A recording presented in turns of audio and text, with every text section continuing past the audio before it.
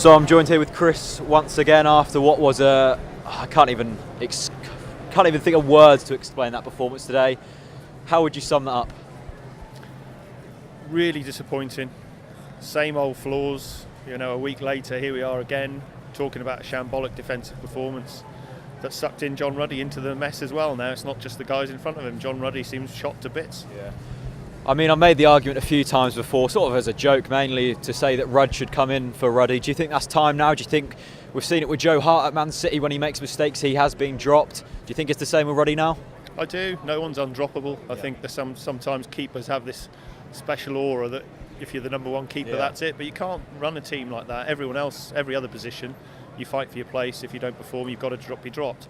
However, Neil doesn't seem to adopt that philosophy. The defence he picked today, he went back to the same defensive four that have not performed this season. Whatever we think of them as individuals, I think, on paper maybe they're a good defensive unit. On practice, they're not. Yeah. The substitutions as well today, Graben, O'Neill, all very poor today, never really contributed. It's starting to become worrying now. We can't change games when we go behind. No, I mean, at least he gave Josh Murphy half an hour today. He acted a little bit quicker this week than he did last week. But, it's tough for a guy to come in like that. A young guy, 2-1 down, the pressure's on now. And it's tough for a youngster to have to cope with that. We've certainly used all the excuses now. It started off, we're not scoring early enough goals. We grabbed an early goal today and then just absolutely fell apart. Have you got any excuses from that today, or were we simply not good enough? Not good enough. Kamikaze defending. Yeah. Corners going across the 6-yard box, but not even 6 yards out, 3 or 4 yards out. John Ruddy's not coming for them. It's a recipe to concede goals, and that's just what happened.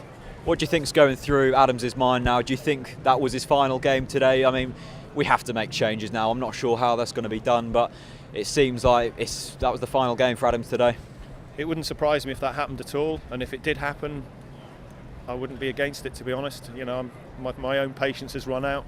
I think I've probably stuck in there a bit longer than many, but no, if it happened, I'd think it's time to kick on. We've got to go up this season, and we've got to give ourselves the best chance.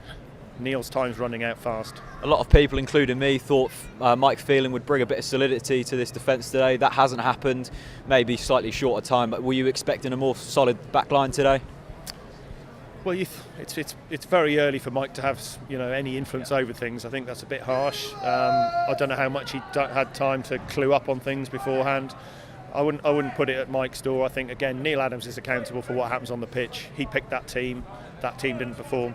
2 very tough games coming up now in Wigan and Derby. 2 away games. I mean, do you think it's do you think it's good that in some ways we've got away games now to get the home pressure off?